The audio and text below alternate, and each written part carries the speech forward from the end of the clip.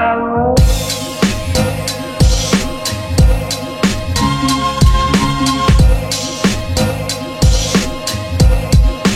a wonderful world.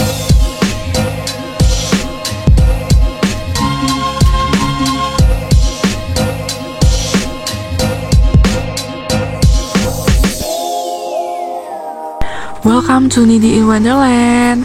Melanjutkan perjalanan sebelumnya dari Singapura ke Malaysia. Ini gue dan Ingrid naik bis Aeroline. Belinya itu sekitar 1 bulan sebelum perjalanan. Reviewnya sudah gue upload di video short YouTube. Yang perlu kalian catat, kalau kalian mau naik bis ini, pastikan kalian belinya jauh-jauh hari karena banyak banget peminatnya. Kalau nggak buru-buru beli, itu biasa dapat kursi sisa atau nggak kebagian sama sekali. So far, ini gue udah 2 kali naik bis ini dan sangat puas sama pelayanannya. Berangkat dari Harbourfront Singapura itu sekitar jam setengah 5 sore dan tiba di Kuala Lumpur Malaysia sekitar jam setengah 10 malam. Kurang lebih perjalanannya selama 5 jam. Akan berhenti di rest area setelah melewati imigrasi Malaysia. Sebelum memasuki imigrasi di Malaysia, pastikan kalian sudah mengisi form embarkasi secara online ya, supaya nggak memakan waktu pas lagi proses di imigrasi. Setelah 5 jam perjalanan, bis akan berhenti terakhir di depan Horus Hotel. Lokasinya deket banget sama Menara Petronas. Dari situ gue pesan Grab car, hotel yang sudah gue booking. Ini juga gue sudah 2 kali menginap di sini. Tahun lalu itu juga gue menginap di sini. Tempatnya tuh oke banget, bersih, lokasinya strategis, staffnya juga ramah. Pokoknya oke banget deh. Dan harganya juga relatif terjangkau, apalagi kalau lagi ada Traveloka Epic Sale. Kalau mau booking hotel ini, linknya udah gue taruh di description box. Di kesempatan menginap kali ini tuh gue sebenarnya booking hotel yang kapasitasnya untuk 2 orang. Tapi begitu sampai di sana, pas mau check in gitu, mereka kasih tahu kalau kamar yang gue booking itu lagi direnovasi dan bakal mengganggu kualitas tidur kita gitu deh. Jadi dia menempatkan kita tuh di kamar yang family room. Nah, karena gue udah pernah menginap di yang family room di hotel ini dan tahu kondisi kamarnya seperti apa, nggak masalah. Karena waktu pas 2022 gue menginap di family room, tuh kamarnya walaupun bentukannya bunk bed, tapi cukup luas gitu loh. Kasurnya lebar dan ceilingnya juga tinggi. Nah, ini setelah check in di meja resepsionis, kita akan dikasih kunci kamar dan naik ke lantai di mana kamar kita berada. Sebelum masuk ke kamar, kita taruh dulu alas kaki kita di dalam locker dan ganti dengan sandal yang khusus di dalam ruangan. Nah, ini kamarnya. Ini yang family room ada di kamar G01, 02, 03, dan 04. Itu tuh maksudnya buat kapasitas orangnya. Kamar mandinya di luar, tapi jumlah kamar mandi dan jumlah kamar di dalam satu area ini tuh menurut gue pas. Jadi ada 4 kamar tidur dan ada 2 kamar mandi. Jadi ini merebutan. Gue nggak pernah harus menunggu lama untuk pakai kamar mandi gitu loh selama menginap di sini. Jadi perbandingannya tuh pas menurut gue. Nah, ini dia kamarnya. Ini bentukannya bunk bed. 1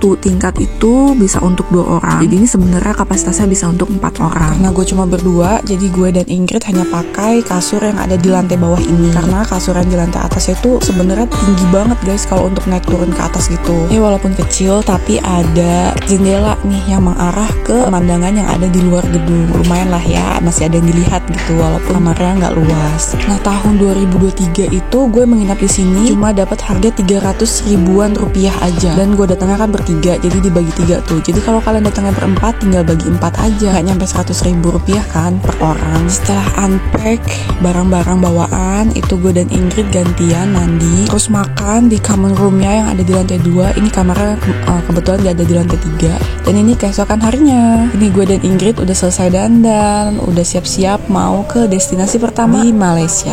Day 3 ya? Day berapa? Pokoknya day 1 di KL. Ini dia penampakan hotel kita dari depan. Gue pesan Grab car untuk ke Salomaling, tujuan kita pertama di Kuala Lumpur. Mau ke Salomaling, mau foto-foto di situ. Waktu tahun lalu udah foto di situ, cuma rame banget. Ini lagi mencoba peruntungan apakah sepi. Jikalau sepi, ya alhamdulillah.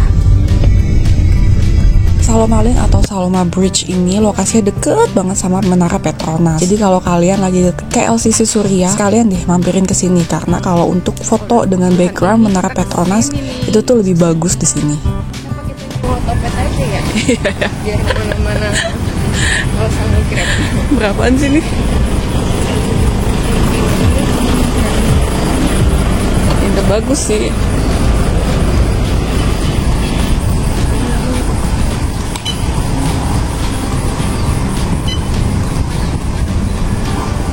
Ada kuburan muslim. Dan ini tuh gratis guys, jadi kalian bebas mau lewat berapa kali pun di jembatan ini. Ini pintu masuk kalau kalian datangnya dari arah KLCC Tower ya.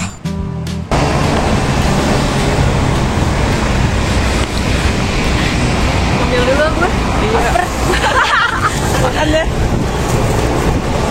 Kita belum sarapan tahu, udah kesini karena ngincer biar sepi. Salo Maling ini baru beroperasi atau dibuka untuk umum itu pada tanggal 5 Februari tahun 2020. Jadi pas banget mau Covid, makanya ini tuh baru banget viral belakangan ini karena sempet vakum kan, nggak ada orang jalan-jalan selama pandemi. Setelah post foto-foto di Salo Maling yang ternyata emang beneran lebih sepi kalau datangnya pas siang hari timbang malam hari, kami melanjutkan perjalanan untuk mengisi perut nih guys di Ikan Bakar Bellamy. Ini lokasinya sebenarnya nggak jauh dari KL Sentral, dan tiap ke Kuala Lumpur ini gue pasti mengusahakan banget untuk kesini karena ikan bakarnya tuh enak guys, sambalnya juga apalagi. Oh ya, sambal dan nasinya juga boleh nambah sepuasnya. Kalau kesini jangan lupa untuk pesan sotong bakar, ikan pari bakar, itu deh pokoknya yang the best. Gue sampai nambah sambalnya tuh 2 kali saking enaknya. Nggak terlalu pedes tapi seger banget gitu loh sambal yang merahnya ya.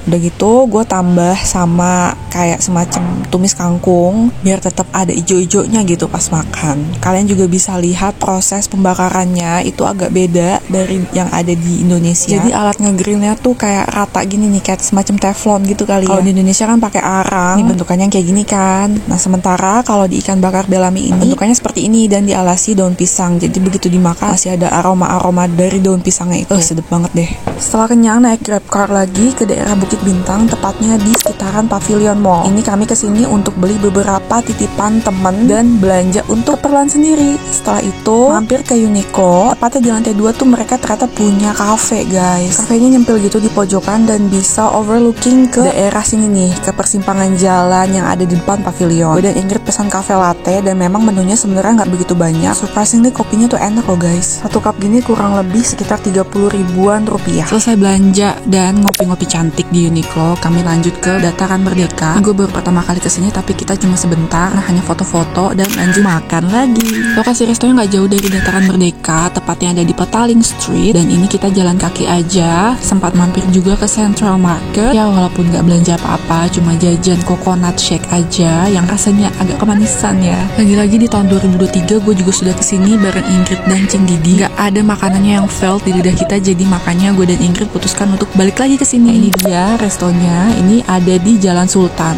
tepatnya di daerah Petaling. Kita pesan banyak banget makanan untuk porsi berdua ini kebanyakannya guys. Ada beef dumpling, ada wonton mie, dan yang gongnya ini ada mouth watering chicken. Ini enak banget. Menu yang satu ini adalah menu khas Sichuan yang biasanya tuh disajikan pada saat perayaan-perayaan tertentu. Porsi makanan di sini tuh cocoknya memang untuk sharing guys. Jadi jangan kalah pesan ya, soalnya itu porsinya itu bisa untuk 2-4 orang. Selesai makan, kami langsung pulang ke hotel, naik grab car lagi karena udah capek. Ini hari terakhir di Kuala Lumpur. Pagi-pagi sekitar jam 8 itu gue dan Ingrid sudah jalan kaki menuju KLCC Suriah untuk beli nastar yang viral, dan ternyata itu udah ngantri panjang banget. Begitu lihat antriannya sudah mengular kayak gitu, gue dan Ingrid sempat mikir nih udah deh nggak usah jadi aja, soalnya kayak nggak bakalan dapet. Tapi ternyata tiba-tiba kita tuh dihampirin sama cici-cici asal Indonesia juga yang nawarin mau nggak nitip ke dia karena dia tuh udah di antrian kedua dari depan dan dia nggak nambahin biaya sama sekali, simply karena dia tuh kasihan aja ngeliat kita udah datang jauh-jauh tapi telat nih datangnya.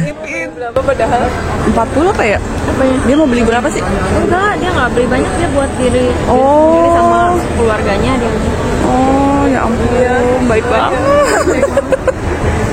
Transaksi. Aduh, baik banget cicinya. Semoga panjang umur ya, Ci. Baik banget. Kelar banget, langsung balik lagi ke hotel untuk ambil koper dan segera meluncur ke KLIA 2 untuk balik ke Indonesia. Yang nyala mesinnya cuma 2. Sepanjang ini nggak ada yang nyala tuh. Kosong semua. Sudah berapa lama, Ing? Biasa sih jam sih dari kita baru sampai. Kelamaan di sini ya, setengah jam sendiri nih ya. Ini sih setengah jam lagi. Nggak bisa telat ini kalau ke KLIA. Udah di dalamnya jauh-jauh banget. Iya. Gapnya.